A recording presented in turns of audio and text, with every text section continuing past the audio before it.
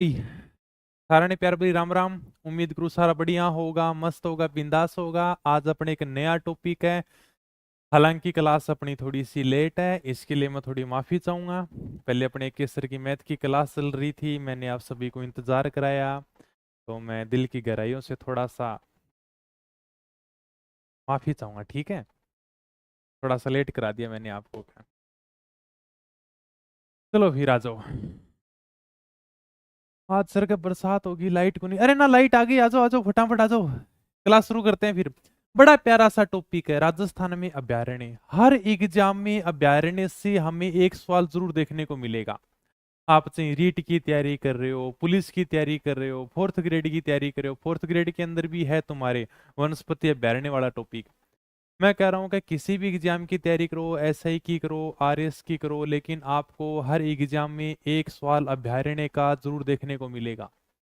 छोटा सा टॉपिक है, प्यारा सा टॉपिक है, जिसको आप आराम से समझ कर याद कर सकते हो। अब जैसे मान लो कि हमने जिलों वाला टॉपिक पढ़ा था, तो जिलों का टॉपिक छोटा सा टॉपिक था, वहां से एग्जाम में सीधा सीधा क्वेश्चन आता है। उसी प्रकार से हमारा जो अभ्यारण्य टॉपिक है, ये भी अपन आराम से देख सकते हैं, समझ सकते हैं। हाँ, इस सप्ताह में शुरू कर देंगे आर्ट एंड कल्चर, ठीक है। या फिर एक दो दिन में कर ही दूंगा। चलो आ जाओ, कल्चर की मुझे पता है जल्दी आ रही है भाई, करो करते हैं फिर एक दो दिन में स्टार्ट पक्का। करूँ फिर मैं स्टार्ट। हमारे टॉपिक का नाम है अभ्यारण्य, जिसका अर्थ होता है बिना भय के जंगल में पशु पक्षी विचरण कर सकें, वही क्या है, अभ्यारण्य है। ठीक है। राजस्थान में अभ्यारण्य, अभय का मतलब क्या होता है, अभय का मतलब होता है बिना डर के, और अरण्य का मतलब होता है जंगल। ऐसा स्थान जिसके अंदर जीव जंतु आराम से खुलकर विचरण कर सकें, जिनका कोई भी शिकार ना कर सके, ना ही उनको कोई परेशान कर सके। यहां पर ये बिना भय के घूमते हैं। तो ये क्या अभ्यारण्य है। अभ्यारण्य में आपको क्या देखने को मिलेंगे, सर शेर भी देखने को मिल जाएंगे, टाइगर भी देखने को मिल जाएंगे, हिरण भी देखने को मिलेंगे, अपने को सांप भी देखने को मिलेंगे, घड़ियाल भी देखने को मिल जाएंगे, सब कुछ देखने को मिलेगा अभ्यारण्य में। और इस क्षेत्र में ये जीव जंतु बिना भय के, बिना डर के विचरण कर सकते हैं। जैसे मान लो कि अगर तुम्हें कोई सीधा ही सांप देखने को मिल जाए, तो तुम क्या करोगे, सांप को मार दोगे पकड़ के। लेकिन अभ्यारण्य में ऐसा नहीं कर सकते भी, वो वहां पर बिना भय के आराम से विचरण कर सकते हैं। तो सरकार ने जीव जंतुओं के लिए एक निश्चित क्षेत्र घोषित कर दिया, जिसमें सरकार जीव जंतुओं की सुरक्षा करती है। कभी हमने आपके लिए क्या कर दिया, एक निश्चित क्षेत्र घोषित कर दिया, इसके अंदर आप आराम से खुले मन से घूमो, कोई दिक्कत नहीं है, बढ़िया विचरण करोगे। यही क्या अभ्यारण्य है। पहले राजा महाराजाओं का समय हुआ करता था, जिसमें वो जीव जंतुओं का शिकार करते थे। लेकिन आजादी के बाद में भारत सरकार ने वन्य जीवों की सुरक्षा के लिए 1972 में कानून बना दिया, जिसमें कहा गया कि अब कोई भी व्यक्ति जीव जंतुओं का शिकार नहीं कर सकता। शिकार के ऊपर पूरी तरीके से सरकार ने प्रतिबंध लगा दिया, और अगर शिकार करेगा तो उसे जेल जाना पड़ेगा, भी कानून के तहत सजा दी जाएगी। चाहे कितना भी बड़ा अभिनेता हो, कोई भी हो, चाहे सलमान खान से जाकर पूछ लो, अभी भी यानी कि महीने के अंदर एक बार जोधपुर हाईकोर्ट की पेशी हो ही जाती है। मतलब आप इनको परेशान नहीं कर सकते, जंगली जीव जंतुओं को परेशान नहीं कर सकते, और ना ही आप इनको अपने साथ में रख सकते हो। सर हम इनको पकड़ के ले आए तो क्या, नहीं, बिना भय के घूमेंगे भाई। क्या नहीं पढ़ा, कौन सा टॉपिक नहीं पढ़ाया, हाँ बताओ। ये नहीं है कि हम कोई भी जीव जंतु को उठाकर अपने घर के ऊपर ले आए। जैसे 2 साल पहले की घटना है, एक व्यक्ति गागरूनी तोते को पकड़ कर ले आया, और साथ में क्या किया, इंस्टाग्राम के ऊपर पोस्ट डाल दी, सेल्फी डाली, एक आराम से फोटो खींच के, एम विद गागरूनी तोता। अगले दिन वन विभाग वाले आए और उस आदमी को पकड़ के ले गए, उसके ऊपर मुकदमा दर्ज कर दिया। ठीक है। तो इनको आराम से बिना भय के घूमने दो, आप इनको परेशान मत करो, ये भी जीव जंतु हैं, इनके अंदर भी क्या है, जीव है भी। चले आगे करें स्टार्ट, अभ्यारण्य तो समझ गए, आ जाओ भी। भारत सरकार द्वारा वन्य जीव संरक्षण अधिनियम 1972 लागू किया गया। इसे राजस्थान सरकार ने 1 सितंबर 1973 को लागू किया था। ठीक है, नॉर्मल से मैंने बात बताई है। वन्य जीवों की सुरक्षा के लिए भारत सरकार के द्वारा वन्य जीव संरक्षण अधिनियम 1972 लागू किया गया। मतलब भारत सरकार 1972 में कानून लेकर आती है, जिसका नाम था वन्य जीव संरक्षण अधिनियम। हम जो वन्य जीव हैं उनका क्या करेंगे, संरक्षण करेंगे। इसके लिए अधिनियम बनाया गया। अधिनियम का मतलब ही क्या होता है, अधिनियम का मतलब ही होता है कानून। क्या सर, कानून बनाया गया भारत सरकार के द्वारा। कब बनाया गया, 1972 में बनाया गया। और इस कानून में यह कहा गया कोई भी जंगली जीव जंतुओं को, वन्य जीवों को परेशान नहीं करेगा, हम इन जीव जंतुओं का संरक्षण कर रहे हैं। क्या यही कानून का नाम था। अब राजस्थान सरकार ने इसको 1 सितंबर 1973 को लागू कर दिया। तो सिंपल सा क्वेश्चन बन जाएगा, कभी वन्य जीव संरक्षण अधिनियम है वो राजस्थान सरकार के द्वारा कब लागू किया गया था, 1 सितंबर 1973 को। वन्य जीवों के लिए कानून है। पहले वन और वन्य जीव राज्य सूची का विषय हुआ करते थे, मतलब जिसमें राज्य सरकार कानून बना सकती है। लेकिन 42वां संविधान संशोधन 1976 के द्वारा वन्य जीव को राज्य सूची का विषय बनाया गया। हम सबको पता है कि विषय 3 प्रकार के होते हैं। एक तो राज्य सूची का विषय जिसके ऊपर केवल राज्य सरकार कानून बना सकती है, एक होता है संघ सूची जिसके ऊपर केंद्र सरकार कानून बना सकती है, और एक होता है समवर्ती सूची जिसके ऊपर राज्य और केंद्र दोनों कानून बना सकते हैं। तो वन और वन्य जीव जो विषय है ना, वो समवर्ती सूची का विषय बनाया गया था। कब बनाया गया था, 42वें संविधान संशोधन 1976 के द्वारा। अब मतलब जो वन्य जीव हैं उनके ऊपर भारत सरकार भी कानून बना सकती है, इसके ऊपर राज्य सरकार भी कानून बना सकती है। रख लोगे ध्यान में। हाँ सर, पहले तो ये राज्य सूची का विषय हुआ करता था, मतलब केवल राज्य सरकार कानून बना सकती थी इनके लिए, हम इनका संरक्षण करेंगे, यह कानून केवल राज्य सरकार बना सकती थी। लेकिन 42वां संविधान संशोधन होता है 1976 में, संविधान में संशोधन किया जाता 1976 में, और इसमें वन्य जीव को समवर्ती सूची में शामिल किया जाता है। समवर्ती का मतलब अब वन्य जीवों के ऊपर केंद्र भी कानून बना सकती है और राज्य सरकार भी कानून बना सकती है, जिसके तहत भारत सरकार व राज्य सरकार दोनों ही इस विषय के ऊपर कानून बना सकती हैं। नॉर्मल सी बात है। समवर्ती सूची का मतलब अब यानी कि भारत सरकार और राज्य सरकार दोनों इसके ऊपर कानून बना सकते हैं। चलिए आगे बताओ, यहां तक अगर कुछ पूछना हो तो आराम से पूछ सकते हो। हाँ, राजस्थान में 3 राष्ट्रीय उद्यान हैं जिसके ऊपर कानून भारत सरकार बनाएगी, क्योंकि वो राष्ट्र की संपत्ति हैं, तो भारत सरकार उनके ऊपर पैसा लगाएगी, उनके लिए कानून बनाएगी। ये 3 राष्ट्रीय उद्यान हैं तो राजस्थान में ही। अब जैसे मान लो कि राष्ट्रीय उद्यान सर कहां पर है तो राजस्थान के अंदर ये 3, लेकिन इनकी देखभाल का काम भारत सरकार के द्वारा किया जाएगा, इनके ऊपर कानून भारत सरकार बनाएगी। और राजस्थान में 27 वन्य जीव अभ्यारण्य हैं जिसके ऊपर राज्य सरकार कानून बनाएगी। इसके अलावा जो राज्य सरकार के आखेट निषिद्ध क्षेत्र हैं, कंजर्वेशन रिजर्व क्षेत्र हैं, जिनके बारे में हम पढ़ेंगे, उनके ऊपर राज्य सरकार कानून बनाती है। ओके, चले आगे। चलो सर, ये मैंने नॉर्मल सी बातें बताई हैं, जो प्रारंभिक बातें हैं, कॉपी पेस्ट मत करो भी बार बार में। अब हम थोड़ी सी यहाँ पर जानकारी ले लेते चिंकारा के बारे में, गोडाउन के बारे में, क्योंकि हम और इनको कहाँ पर पढ़ेंगे, अभ्यारण्य के अंदर आएंगे, ये अलग से इनको पढ़ नहीं सकते।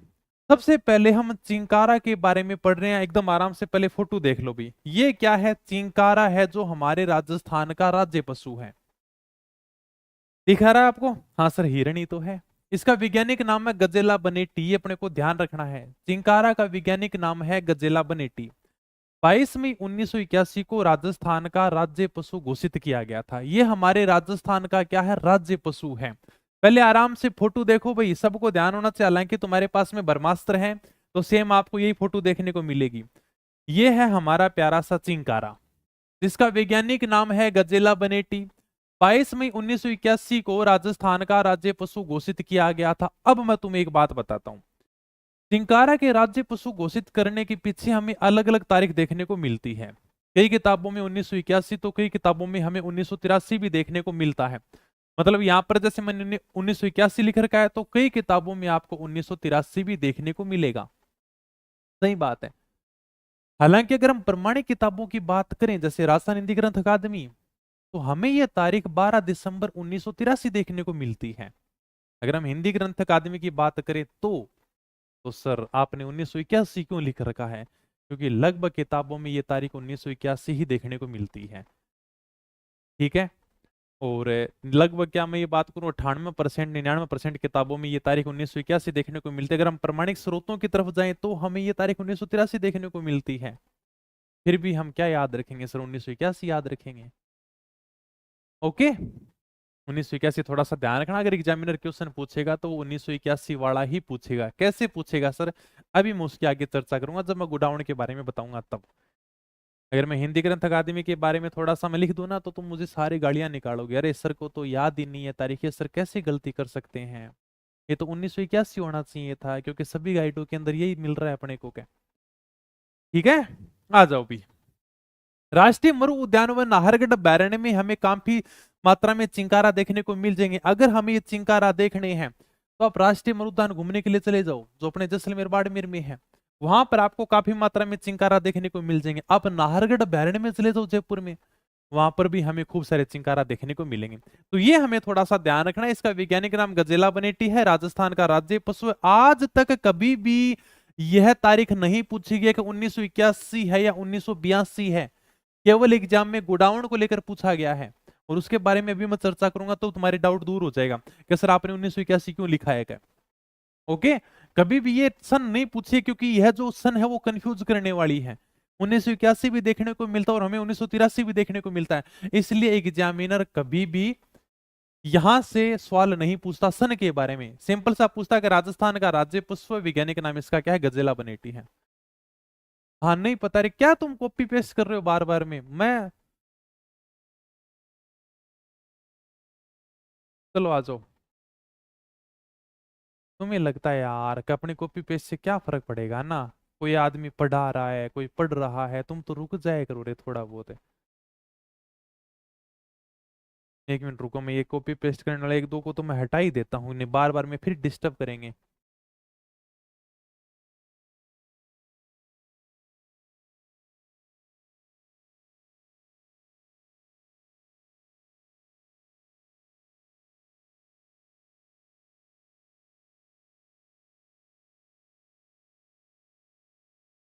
ठीक है, तुम मत पढ़ा करो रे, लेकिन कॉपी पेस्ट मत क्या करो चीजों को।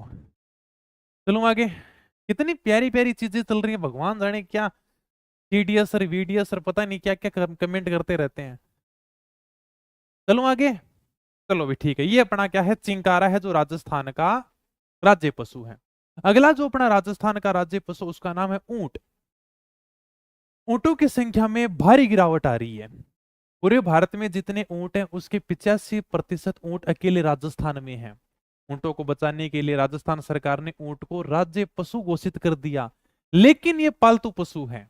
अब तुम्हें कंफ्यूज होगा सर, अभी तो आपने बताया कि राजस्थान का राज्य पशु क्या है सर, चिंकारा है। और अभी आप कह रहे हो कि सर राजस्थान का राज्य पशु क्या है, ऊंट है, लेकिन यह पालतू पशु है। इसको क्या घोषित किया गया था, पालतू पशु घोषित किया गया था, नाम नहीं लिखा गया।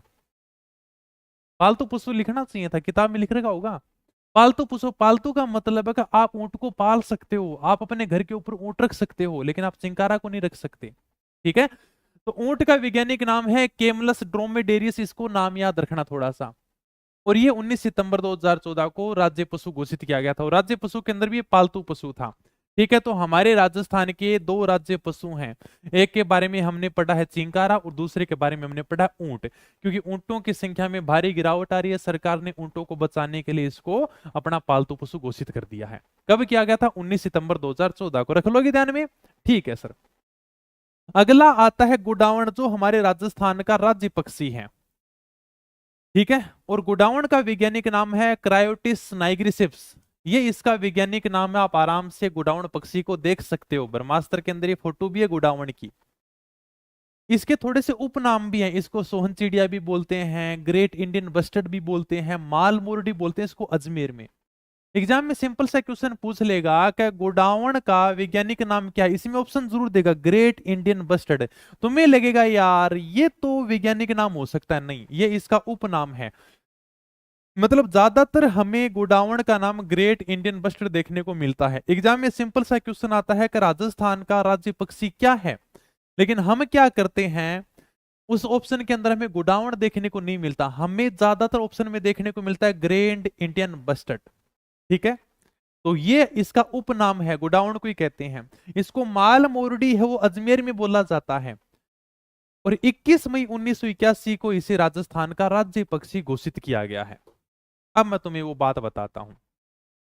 सन हालांकि ये कभी नहीं पूछ जाती 1981 वाली, 1982 वाली थोड़ा सा कंफ्यूज करने वाली है। हमें तारीख अलग अलग देखने को मिलती है। राजस्थान पुलिस में एक बार सवाल पूछा गया था जिसमें उन्होंने 1981 को सही माना था और ऑप्शन के अंदर 1982 था नहीं। अगर तुम हिंदी ग्रंथ अकादमी की बात करोगे ना तो उसके अंदर तारीख दे रखी है 1982। अगर हिंदी ग्रंथ अकादमी की मैं बात करूं, अगर प्रमाणिक स्रोतों की बात करूं ना, तब तो सन दे रखी है 1982। राजस्थान पुलिस में सिंपल सा क्वेश्चन है, केवल एक बार ही आया है, केवल एक बार सवाल पूछा गया। राजस्थान पुलिस शायद 2018 में पूछा गया या 20 में था, ऐसा कुछ था। केवल एक बार यह सवाल पूछा गया था कि गोडावण को राजस्थान का राज्य पक्षी कब घोषित किया गया था। ऑप्शन में था 1981, 1983, 1985 और एक ऑप्शन और था। ठीक है, उसके अंदर 1982 नहीं था। अगर मैं हिंदी ग्रंथ अकादमी की तरफ जाऊं, प्रमाणिक स्रोतों की तरफ जाऊं, तब तो आएगा 1982, लेकिन राजस्थान पुलिस में दिया गया था 1981 और इसी को राइट आंसर माना गया था। ठीक है, हालांकि अपन प्रमाणिक स्रोतों की तरफ चलते हैं ज्यादातर, लेकिन कभी कभी हमें एग्जामिनर के हिसाब से भी चलना पड़ता है। ओके, तो ये अपना गोडावण है, इसको 21 में 1981 को राजस्थान का राज्य पक्षी घोषित किया गया था। रख लोगे ध्यान में, कंफ्यूज करने वाले सब जगह में अलग अलग तारीख देखने को मिलेगी, लेकिन अभी जो है वो आप याद कर लेना भी। ठीक है सर, नॉर्मल सी बातें बताई हैं। इसके उपनाम क्या क्या है, इसका वैज्ञानिक नाम क्या है, इसको राजस्थान का राज्य पक्षी कब घोषित किया गया था, ये बस नॉर्मल सी मैंने 2-3 बातें बताई हैं। ये अपना गोडावण पक्षी है। आगे चलो सर, गोडावण को लेकर एक प्रोजेक्ट चलाया गया था जिसका नाम है project great Indian bustard. Sir ये क्या है? देखो, यह प्रोजेक्ट गोडावण पक्षी के संरक्षण के लिए राष्ट्रीय मरु उद्यान में चलाया गया था। राष्ट्रीय मरु उद्यान कहां पर है? जैसलमेर बाड़मेर में। क्योंकि गोडावण की संख्या में भारी गिरावट दर्ज की जा रही है। अगर मैं पूरे विश्व की बात करूं ना तो पूरे विश्व में केवल यानी कि 200 गोडावण बचे हैं भाई, इतने ही हैं, 200 गोडावण ही बचे हैं। इनमें से 180 गोडावण हमारे राजस्थान के अंदर हैं, बस इतने ही बचे हैं। अब गोडावण के संरक्षण के लिए सरकार के द्वारा प्रोजेक्ट ग्रेट इंडियन बस्टर्ड चलाया गया। यह जो गोडावण पक्षी है यह विलुप्त होती प्रजातियों के अंदर है, मतलब इसे विलुप्त होती प्रजातियों की सूची में शामिल किया गया है। तुम्हें लगेगा कि सर गोडावण पक्षी के विलुप्त होने के पीछे ऐसा क्या कारण है, हम उनका संरक्षण क्यों नहीं कर पा रहे, जबकि ये हमारे राजस्थान का राज्य पक्षी है क्या? देखो, इसके पीछे 2 कारण हैं। एक तो जो हमें गोडावण पक्षी देखने को मिलता है ये शरीर में बहुत भारी होता है, यानी कि जो ज्यादा ऊंचाई के ऊपर पक्षी उड़ते हैं ना, उनके अंदर सबसे भारी गोडावण है। जैसे आप उड़ने वाले पक्षी देखोगे ना तो उनके शरीर का इतना वजन नहीं होता, लेकिन गोडावण का वजन बहुत ज्यादा है। ओके, ज्यादा ऊंचाई पर उड़ नहीं सकता, तब ये क्या करेगा, जैसे थोड़ा बहुत उड़ेगा बिजली के तारों से टकराएगा और बिजली के तारों में उलझ के मर जाएगा।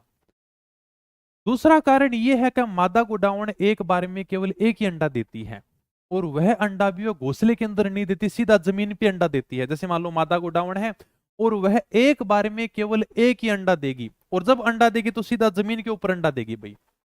अब आपको पता है कि जमीन के ऊपर अंडा देगी तो या तो इसको जंगली कुत्ते खा जाएंगे, या फिर कोई आदमी खेती वेती करेगा तो उसके अंदर ये फोड़ देगा, क्या खेती करते समय ये फूट जाता है।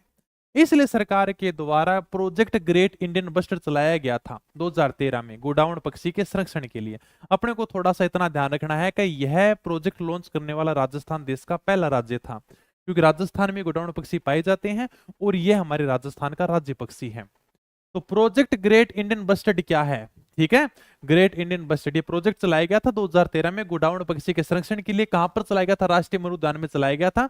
इस प्रोजेक्ट को लॉन्च किया गया था। ऐसा करने वाला राजस्थान देश का पहला राज्य है। चलो बताओ आगे। हाँ, चलो आगे। इतनी सी बातें क्लियर हैं? यहां तक किसी को कुछ पूछना तो पूछ लो, नॉर्मल सी बातें हैं। रीट के अंदर सिंपल सा क्वेश्चन आएगा, उनके तो प्रतीक चिन्ह में यहां से सवाल पूछ ही लेगा भी, राजस्थान का राज्य पक्षी क्या है, राजस्थान का राज्य पशु क्या है, पालतू पशु क्या है। सिंपल से सवाल देखने को मिलेंगे, कुछ भी इसमें समझाने वाली बात थी नहीं एक्स्ट्रा, फोटो देख देख के समझ लोगे। अब बात करते हैं बाघ की। भारत सरकार ने बाघों को बचाने के लिए, बाघों का संरक्षण करने के लिए एक प्रोजेक्ट चलाया है जिसे हम बाघ परियोजना के नाम से जानते हैं। अंग्रेजी में बात करूं तो टाइगर प्रोजेक्ट। यह टाइगर प्रोजेक्ट 1 अप्रैल 1973 में शुरू किया गया था। इस योजना के चलाने के पीछे सबसे बड़ा योगदान कैलाश सांखला का था, जिसके बारे में हम पिछली क्लास में पढ़ चुके हैं। कैलाश सांखला को भारत का टाइगर मैन कहते हैं, हमने पढ़ा था पिछली क्लास में। हाँ सर, तो उनके योगदान से ही भारत सरकार के द्वारा टाइगर प्रोजेक्ट चलाया गया था। टाइगर प्रोजेक्ट का मतलब है टाइगर का संरक्षण करना। हम बाघों को रहने के लिए अलग से जगह देंगे, इनके घूमने फिरने के लिए अलग से निवास देंगे ताकि वो आराम से घूम फिर सके। क्या, और उस जगह को हम बोलेंगे यह टाइगर प्रोजेक्ट है जो भारत सरकार के द्वारा चलाया जा रहा है। राजस्थान में 5 टाइगर प्रोजेक्ट चलाए जा रहे हैं जिनके बारे में हम विस्तार से पढ़ेंगे। पहला टाइगर प्रोजेक्ट रणथंभौर में चलाया गया था, दूसरा सरिस्का में, तीसरा मुकुंदरा में, चौथा रामगढ़ विस्तारी अभ्यारण्य में, पांचवा टाइगर प्रोजेक्ट धौलपुर करौली में चलाया गया और अभी छठा टाइगर प्रोजेक्ट कुंभलगढ़ में चलाया जाएगा। ठीक है, तो ये अपने को थोड़ा सा ध्यान रखना। ये सवाल कई बार एग्जाम में पूछा गया है कि भारत सरकार के द्वारा बाघ परियोजना टाइगर प्रोजेक्ट की शुरुआत कब की गई थी, तारीख याद रख लेना। भारत सरकार ने 1 अप्रैल 1973 को बाघ परियोजना की शुरुआत की। वो बाघ को राष्ट्रीय पशु घोषित कर दिया भारत सरकार के द्वारा बाघों को बचाने के लिए। भारत सरकार ने बाघ को क्या किया, राष्ट्रीय पशु घोषित कर दिया। यह राष्ट्र का पशु है टाइगर। ठीक है, राजस्थान में 5 बाघ परियोजनाएं चलाई जा रही हैं। बाघों के लिए 5 टाइगर प्रोजेक्ट चलाए जा रहे हैं, अभी मैंने बताया ना, इनके बारे में आगे भी पढ़ेंगे हम। आगे देखो, राजस्थान में 3 राष्ट्रीय उद्यान और 27 वन्य जीव अभ्यारण्य हैं। यहां पर तुम्हें थोड़ा सा कंफ्यूज होगा कि राजस्थान में 3 राष्ट्रीय उद्यान है। सबसे पहले इनकी चर्चा कर लेते हैं। 3 राष्ट्रीय उद्यान, राष्ट्रीय उद्यान का मतलब है कि यह भारत सरकार के द्वारा चलाए जाएंगे, इनके ऊपर पैसा भारत सरकार लगाएगी। और ये जो वन्य जीव अभ्यारण्य है ये राज्य सरकार के पास में रहेंगे, इनकी देखभाल राज्य सरकार के द्वारा की जाएगी, इनके ऊपर पैसा राज्य सरकार लगाएगी। अब एक बात और कंफ्यूज करने वाली है, कई किताबों में आपको देखने को मिलेगा कि राजस्थान में 26 वन्य जीव अभ्यारण्य हैं। क्योंकि मैंने भी पिछली बार जब ज्योग्राफी पढ़ाई थी ना, तब मैंने यही लिखा था कि राजस्थान में 26 वन्य जीव अभ्यारण्य हैं। अगर मैं प्रमाणिक स्रोत की बात करूं तो आर्थिक समीक्षा के अंदर यही दिया था पिछली बार आंकड़ा। ऐसा कंफ्यूज करने वाला था कि वन रिपोर्ट थी ना, उसके अंदर कितने दे दिए थे, 26 दे दिए थे, उसके अंदर 27 थे और आर्थिक समीक्षा में 26 थे। ऐसा करके कंफ्यूज करने वाला था। फिर कंफ्यूजन दूर कब हुआ, जब यानी कि एलडीसी के अंदर एग्जाम हुआ था पिछली बार, उसके अंदर ये सवाल पूछा गया था कि राजस्थान में कितने वन्य जीव अभ्यारण्य हैं, और उन्होंने जो आंसर माना ना वो माना था 27। तो ये है, कभी कभी हमें एग्जामिनर के हिसाब से चलना पड़ता है। चलूं आगे, ये पिछली बार पूछा गया सवाल है। तो अभी आपको ध्यान रखना, राजस्थान में 27 वन्य जीव अभ्यारण्य हैं। मुझे पता है कि 26 भी बताएंगे, क्यों 26 मिलता है ऐसी बात नहीं है, लेकिन ये हमें, तुम कहोगे सर हाँ प्रमाणिक स्रोत में मिल जाएगा, बिल्कुल मिल जाएगा। मैं भी अगर प्रमाणिक स्रोत बताऊंगा तो उसके अंदर भी 27 मिल जाएंगे। और ये सवाल पूछा गया है, पिछली बार ही पूछा गया था, कर्मचारी चयन बोर्ड ने पूछा था और उन्होंने आंसर माना था 27। तो हमें तो एग्जामिनर के हिसाब से चलना है, तो आप तो 27 करके आना। तो 27 वन्यजीव अभ्यारण्य हैं। राष्ट्रीय उद्यान केंद्र सरकार के द्वारा संचालित होते हैं, मैंने बता दिया। राष्ट्रीय उद्यान का मतलब है कि यह केंद्र सरकार के द्वारा संचालित होते हैं, इनके ऊपर पैसा कौन लगाएगी, केंद्र सरकार लगाएगी। हाँ, भारत का जो पहला राष्ट्रीय उद्यान है ना, उसका नाम है जिम कार्बेट नेशनल पार्क, जो उत्तराखंड में है, और इसका वर्तमान नाम है रामगंगा नेशनल पार्क। जैसे मान लो कि अभी भारत के अंदर सबसे पहला जो राष्ट्रीय उद्यान था ना, जैसे राजस्थान में 3 राष्ट्रीय उद्यान है, अगर हम बात करें कि भारत का सर पहला राष्ट्रीय उद्यान कौन सा था, उसका नाम था जिम कार्बेट नेशनल पार्क। ये कई बार एग्जाम में पूछा गया, सिंपल सा पूछते हैं छोटे मोटे एग्जाम में कि जिम कार्बेट नेशनल पार्क कहां पर है, उत्तराखंड में है। इसलिए ध्यान रखना कि यह जो पार्क है वो उत्तराखंड में है, और यहीं पर भारत का पहला टाइगर प्रोजेक्ट चलाया गया था।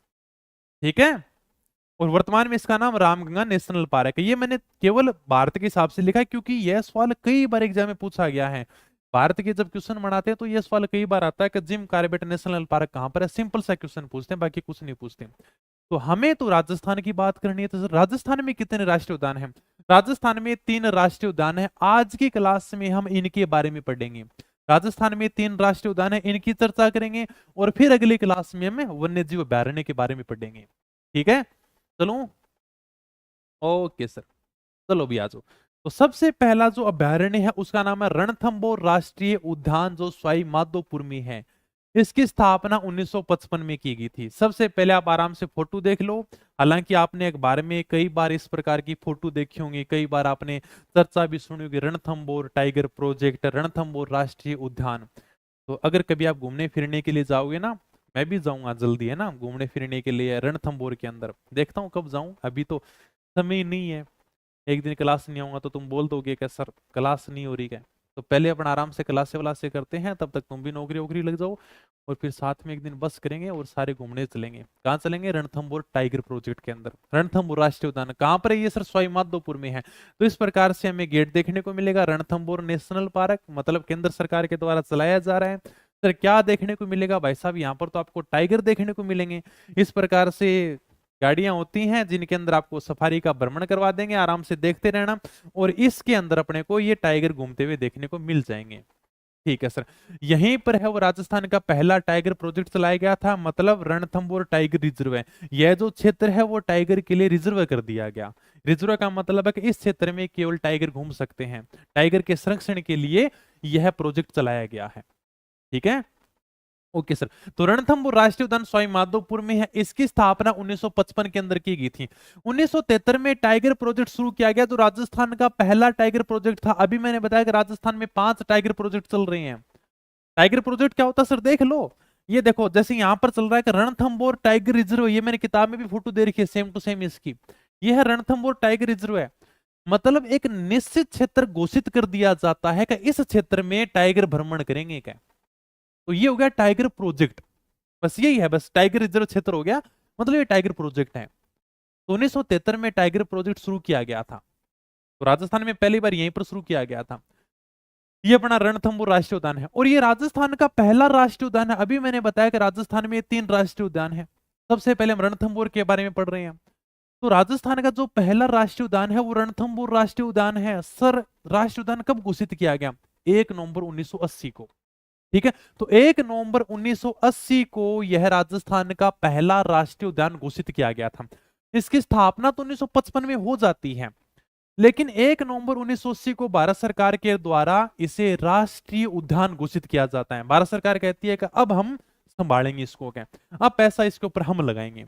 और यहीं पर भारत सरकार के द्वारा टाइगर प्रोजेक्ट चलाया गया है, जहां पर आप आराम से कभी भी घूमने फिरने जाओगे तो आप इनको देख सकते हो भी, टाइगर आपको घूमने फिरने मिल जाएंगे। ठीक है, खूब सारे लोग जाते हैं इसके अंदर देखने के लिए, क्योंकि सबसे अच्छे टाइगर हमें रणथंभौर में ही देखने को मिलते हैं। यहाँ पर दर्शन हो ही जाते हैं इनके।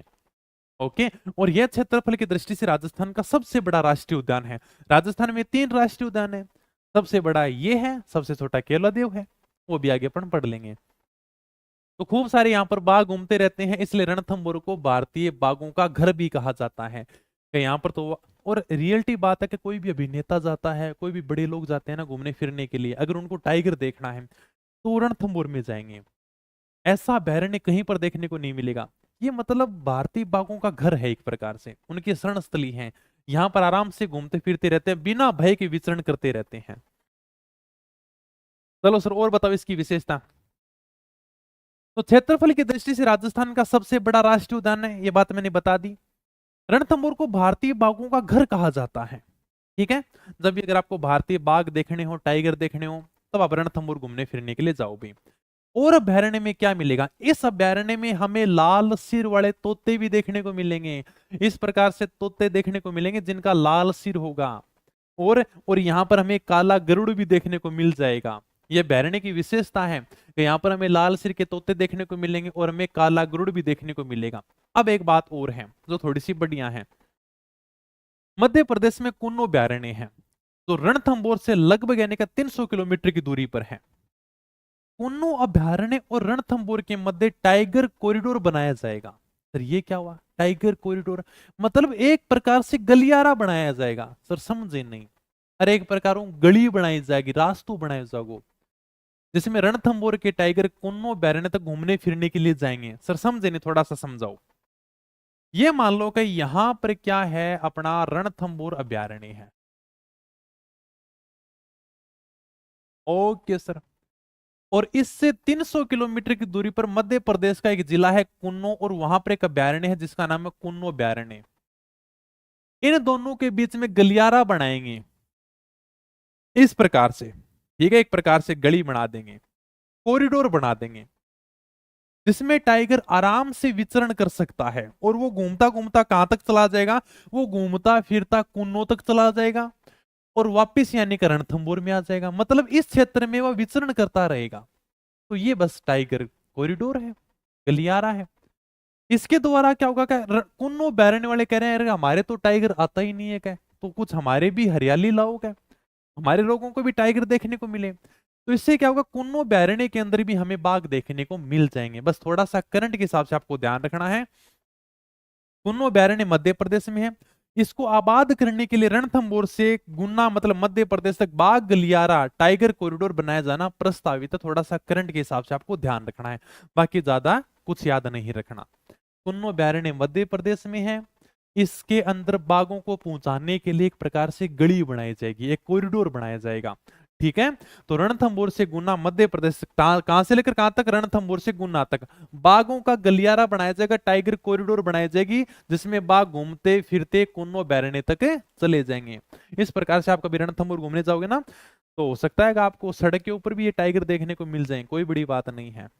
ओके, मेवाड़ में तो वैसे भी तेंदुए निकलते रहते हैं, तो यहाँ पर तो बाघ तो देखने को मिल ही सकते हैं रणथंभौर के आसपास में। तो ये टाइगर कॉरिडोर है भाई, ये अपने को ध्यान रखना है। इंडिया इको डेवलपमेंट प्रोग्राम ये क्या है सर?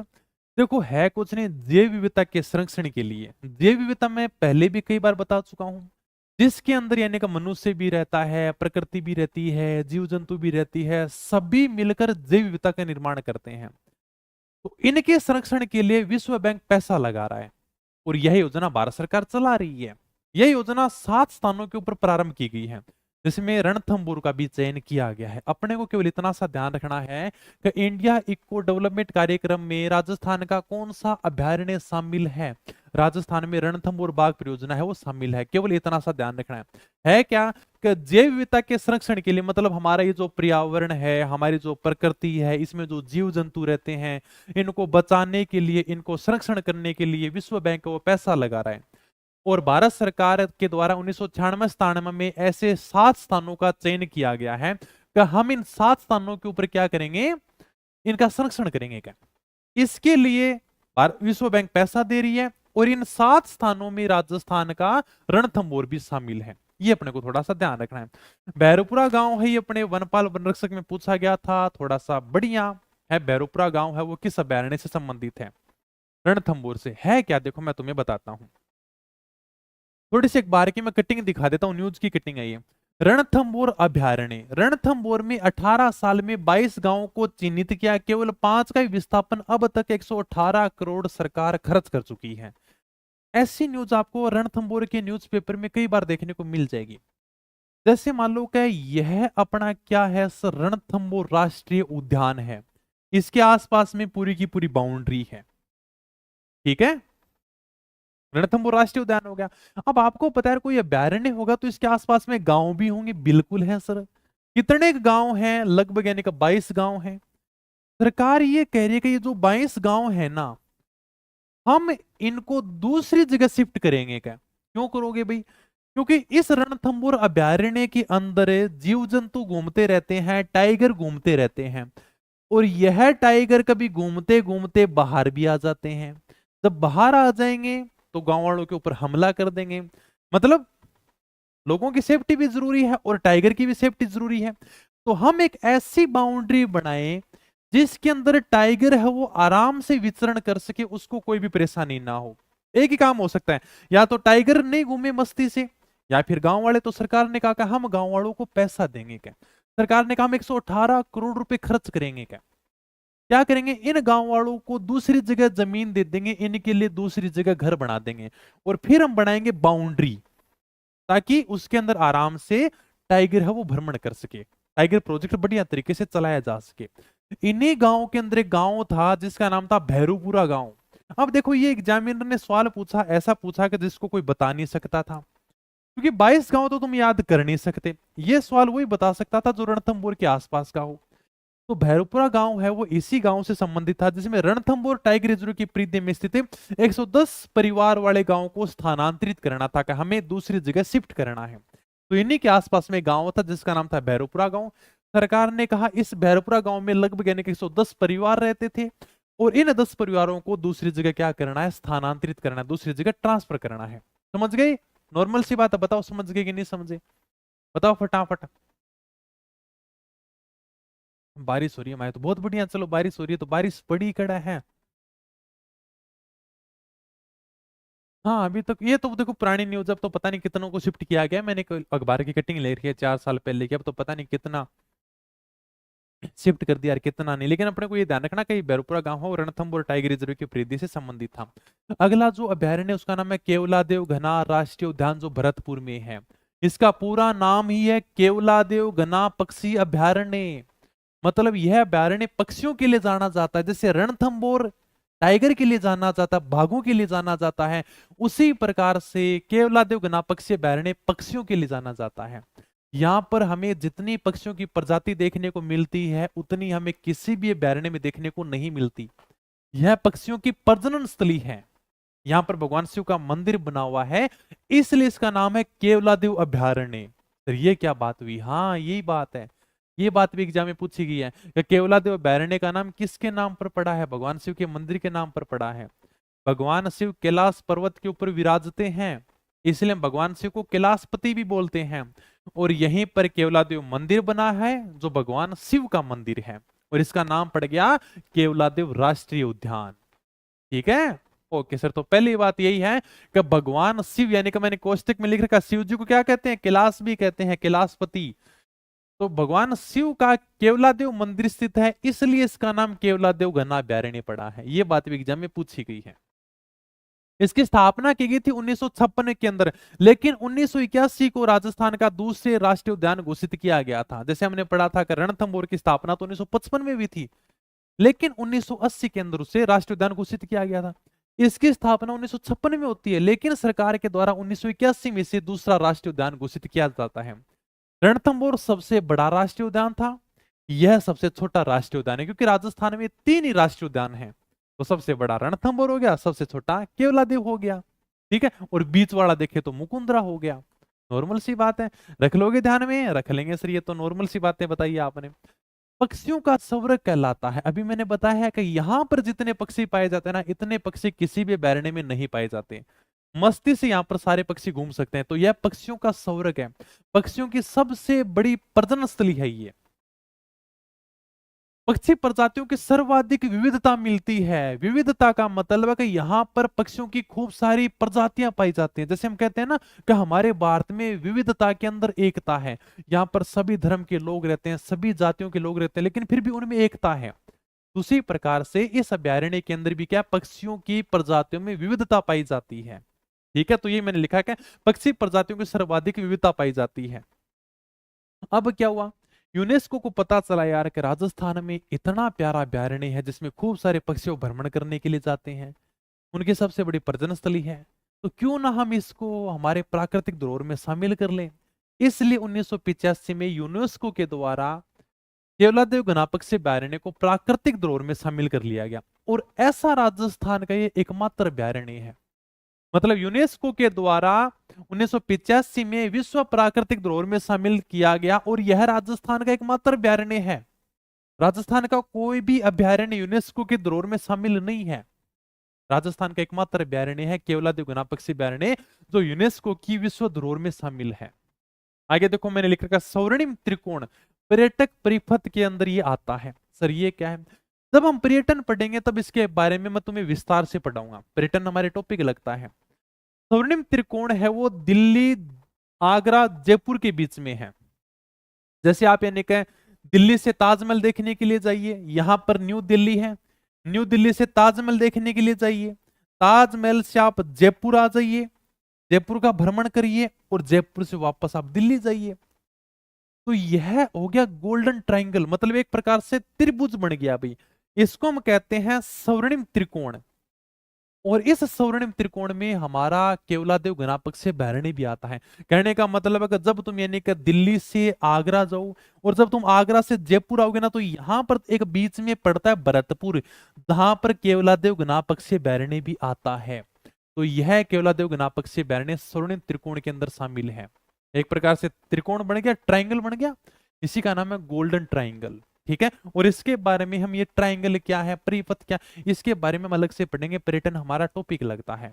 ओके, अभी केवल ये ध्यान रखना है कि स्वर्णिम त्रिकोण पर्यटक परिपथ के अंदर ये आता है।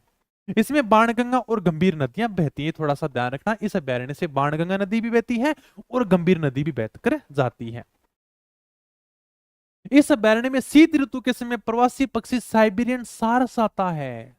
शीत ऋतु मतलब सर्दियों के समय में, सर्दियों के समय में रसिया से साइबेरियन सारस घूमने के लिए आता है, रसिया से आता है, रसिया के देश से।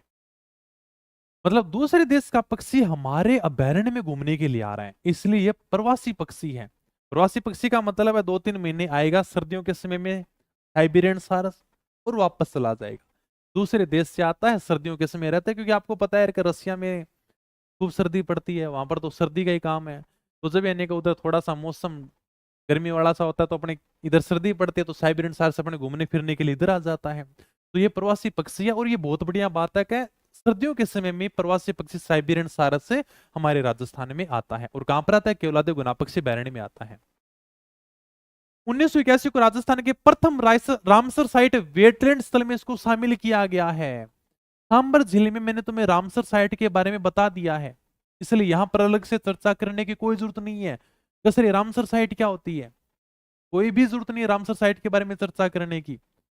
ठीक है, मैंने तुम्हें रामसर साइट के बारे में बता दिया। सांबर जिले में मैंने 4 रामसर साइट लिखाए थे, तुम मुझे कमेंट करके बताओगे कि सर ये रामसर साइट कौन से, राजस्थान के 4 रामसर साइट अभी कौन कौन से हैं। लिखा दिया मैंने, तो वहां पर तुम्हें सारी की सारी बातें बता दी। और वहां पर मैंने बताया था इसको राजस्थान के रामसर साइट में शामिल किया गया है। आगे बताओ सर। प्रसिद्ध पक्षी वैज्ञानिक डॉक्टर सलीम अली की कार्यस्थली रही है। सलीम अली का सारा अध्ययन पक्षियों को लेकर है। ये आप फोटो देख सकते हो, डॉक्टर सलीम अली, जिन्हें हम कहते हैं the bird man of India. Salim Ali ने 1000 से ज्यादा पक्षियों की प्रजाति के बारे में बताया। पक्षी किस प्रकार से आपस में एक दूसरे से बातें करते हैं, किस प्रकार से इनका रहन सहन होता है, सारी की सारी जानकारी इनकी पक्षियों को लेकर है। जिस प्रकार से हम कैलाश सांखला को टाइगर मैन ऑफ इंडिया कहते हैं, उसी प्रकार से सलीम अली को हमें बर्ड मैन ऑफ इंडिया कहते हैं। अब किसी को अगर पक्षियों के बारे में अध्ययन करना है, जैसे मान लो कि मुझे पक्षियों के बारे में जानना है, तो सबसे बढ़िया जगह कौन सी होगी? सर केवलादेव घना पक्षी अभयारण्य, इससे बढ़िया जगह कोई हो ही नहीं सकती। पक्षियों की आपको खूब सारी यहाँ पर प्रजाति देखने को मिलेगी, और यह अभयारण्य तो पक्षियों का स्वर्ग है, तो इससे बढ़िया जगह क्या हो सकती है। इसलिए सलीम अली ने पक्षियों के बारे में जो भी अध्ययन किया ना, वो सारा का सारा अध्ययन इसी अभयारण्य के अंदर बैठकर किया था। और ये मैंने लिखा है कि प्रसिद्ध पक्षी वैज्ञानिक डॉक्टर सलीम अली की यह कार्यस्थली रही है, यहीं पर बैठ के काम करते थे। फिर मैंने नीचे थोड़ा सा एक नोट लगाकर लिखा है जो पक्षियों से संबंधित है, एक बार एग्जाम में पूछ भी लिया था कि भरतपुर बर्ड पैराडाइज पुस्तक के लेखक कौन है? मार्टिन इवांस है। सर ये क्या है? ये देखो किताब की फोटो है, जहां पर लिखा हुआ भरतपुर बर्ड पैराडाइज, ठीक है, इसके ऊपर ना एक नाम लिखा हुआ मार्टिन इवांस। इसके लेखक कौन है? Martin Evans. पक्षियों से संबंधित है, और यह पुस्तक मार्टिन इवांस ने लिखी है। इस पुस्तक का नाम है भरतपुर बर्ड पैराडाइज। ठीक है, भरतपुर के अंदर पक्षियों के बारे में पुस्तक लिखी गई मार्टिन इवांस के द्वारा। ओके, तो ये आपको थोड़ा सा ध्यान रखना, जो मैंने नोट लगाकर लिख रखा है। और आज का जो अपना अंतिम राष्ट्रीय उद्यान है उसके बारे में पढ़ लेते हैं, जिसका नाम है मुकुंदरा हिल्स राष्ट्रीय उद्यान, जो कोटा और चित्तौड़गढ़ जिलों में फैला हुआ है। कहाँ कहाँ है सर? कोटा और चित्तौड़गढ़। सर ऑप्शन में दोनों आ जाए तो क्या करना है? तो एकदम टावर वाली सी बात करो तो सर दोनों आ जाए तो क्या करांगा, है ना? तो कंफ्यूजन तो रही है, नॉर्मल सी बात है। तो आपने अगर आ भी जाओ ना, तो सबसे पहले कोटा करियो। ठीक है, हालांकि एग्जामिनर को नहीं देगो, लेकिन फिर भी टावर वाली बात कर ही लोगा। सर दोनों आ जाओ तो क्या करांगा क्या? तो कोटा कर दियो आपने, सबसे पहले कोटा लिख रखा है तो कोटा कर दियो। तो मुकुंदरा हिल्स राष्ट्रीय उद्यान कोटा और चित्तौड़गढ़ में फैला हुआ है। ये अपना क्या है? मुकुंदरा हिल्स राष्ट्रीय उद्यान है। 1955 को यह अभयारण्य घोषित किया गया था, लेकिन 9 जनवरी 2012 को इसे राष्ट्रीय उद्यान घोषित किया गया था। हालांकि 1955 को यह अभयारण्य घोषित कर दिया गया था, लेकिन सरकार के द्वारा 9 जनवरी 2012 में जाकर इसे राष्ट्रीय उद्यान घोषित किया गया था। पहले इसका नाम दर्रा अभयारण्य हुआ करता था, इसका पुराना नाम था दर्रा अभयारण्य, और बाद में इसका नाम चेंज करके मुकुंदरा हिल्स राष्ट्रीय उद्यान कर दिया गया था। ठीक है सर। 2013 को बाघ परियोजना का दर्जा दिया गया। राजस्थान का तीसरा टाइगर प्रोजेक्ट यहीं पर चलाया गया था। ठीक है, तो यहां पर राजस्थान का तीसरा टाइगर प्रोजेक्ट चलाया गया था। 2013 को बाघ परियोजना का दर्जा दिया गया, मतलब यहां पर आपको बाघ भी देखने को मिल जाएंगे। तीसरा टाइगर प्रोजेक्ट चलाया गया था। कहां का फैला हुआ ये टाइगर प्रोजेक्ट? कोटा, बूंदी, झालावाड़ और चित्तौड़गढ़ में फैला हुआ है। ये भी थोड़ा सा ध्यान रख लेना। यह टाइगर प्रोजेक्ट कोटा, बूंदी, झालावाड़ और चित्तौड़गढ़ में फैला है। कोटा चित्तौड़गढ़ में तो वैसे ही अभयारण्य है ये। इसके बाद में यह टाइगर प्रोजेक्ट बूंदी और झालावाड़ के अंदर भी चालू किया गया है, ताकि ये जो अभयारण्य के जो बाघ है ना, वो बूंदी चित्तौड़गढ़ भी आराम से घूम फिर सकेंगे, इनको कोई परेशानी ना हो। तो यह टाइगर प्रोजेक्ट कोटा, बूंदी, झालावाड़ और चित्तौड़गढ़ में फैला हुआ है। इस अभ्यारण्य से चंबल, काली सिंध, आहू नदियां इसी से होकर बहती हैं। और सबसे बढ़िया बात है कि इस अभ्यारण्य में आपको गागरुनी तोता भी देखने को मिल जाएगा। ठीक है, गागरुनी तोता कहते हैं कि मनुष्य की हुबहू बोली बोलता है, इसको पकड़ के मत लाना। ठीक है, जैसे मैंने शुरुआत में तुम्हें बात बताई थी कि एक आदमी है, वो गागरुनी तोते को पकड़ के ले गया गया था, उसने पोस्ट डाल दी थी साथ ही में, गागरुनी तोते के साथ में फोटो डाल दी थी, उसको वो विभाग वाले पकड़ के ले गए, मुकदमा दर्ज करवा दिया। तो इनको परेशान मत करना, ये जीव जंतु है, वन्य जीव जंतु। ठीक है, भारत सरकार ने इनके ऊपर कानून बना रखा है, हम इनको ना तो पकड़ सकते हैं ना परेशान कर सकते हैं, इनको आराम से इनकी आजादी से जीवन जीने दो। तो ये गागरुनी तोता है भाई। ओके। और जब यानी कि झालावाड़ के अंदर चुनाव प्रचार होते हैं तो आपको पता है कि जो निर्वाचन विभाग है वो लोगों को जागरूक करने के लिए खूब सारे पोस्टर जारी करता है। तो उसी के अंदर झालावाड़ में इस प्रकार से पोस्टर जारी किए जाते हैं कि गागुरनी तोतरो यो कहणु है, रूंग रंग रूप जात धर्म वगैरह एक मतरो सब ने मिलो अधिकार, आयो लोकतंत्र रो त्योहार। इस प्रकार से मतलब गागुरनी तोते को मतलब एक प्रकार से बता के लोगों को जागरूक किया जाता है। तो ये जो अपना गागुरनी तोता है ये अपने मुकुंदरा हिल्स अभयारण्य में देखने को मिल जाएगा। और कहते हैं, अब पता नहीं मानो कि बोलता है या नहीं बोलता, लेकिन कहते हैं कि यह जो तोता है वो सेम टू सेम मानो की बोली बोलता है। ओके। हाँ, तो ये अपना 3 राष्ट्रीय उद्यान हमने कंप्लीट कर लिया है। और अगली क्लास में हम जो 27 वन्य जीव अभयारण्य हैं उनके बारे में हम पढ़ेंगे। पढ़ते हैं लेकिन वापस भूल जाते हैं भाई, सभी भूले हैं, इसी को नहीं का आप अकेला ही भूला। इस दुनिया में जितने भी इंसान है ना, सभी पढ़ा हुआ भूल जाते हैं। तो सर याद कैसे कर लेते हो आप, कैसे? रिवीजन, रिवीजन के बिना कुछ नहीं है। रिवीजन ही एक ऐसा तरीका है जिसको आप बार बार में पढ़ के चीजों को याद कर सकते हो। तभी यानी कि एक सब बात कहते हैं सर पढ़ते तो हैं भूल जाते हैं, ये मत सोचना कि मेरा दिमाग कम चलता है या फिर मतलब मैं पढ़ता तो खूब हूं। ऐसा दुनिया में कोई इंसान नहीं बना जो 1-2 बार चीजों को पढ़ेगा और उसकी चीज याद हो जाएंगे, ऐसा इस दुनिया में कोई नहीं है। तो सर करें क्या? रिवीजन करो। अरे यार का अगर तुम रिवीजन करोगे तो वही बात है कि यानी कि रस्सी क्या होती है, जब यानी कि रस्सी बार बार में चलती है तो पत्थर के ऊपर निशान कर देती है। अरे तुम तो इंसान हो, क्या नहीं कर सकते तुम, ये बताओगे? लेकिन रिवीजन करने पड़ेगा भाई। ब्रह्मास्त्र इसलिए तुम सोचोगे ब्रह्मास्त्र को 2-3 बार पढ़ दूं, 8-10 बार पढ़ दूं, याद हो जाएगी, नहीं। रिवीजन के बिना कुछ नहीं है, जितना उसके उतना रिवीजन करो, 50 बार करो, 100 बार करो, रिवीजन ही सबसे जरूरी है।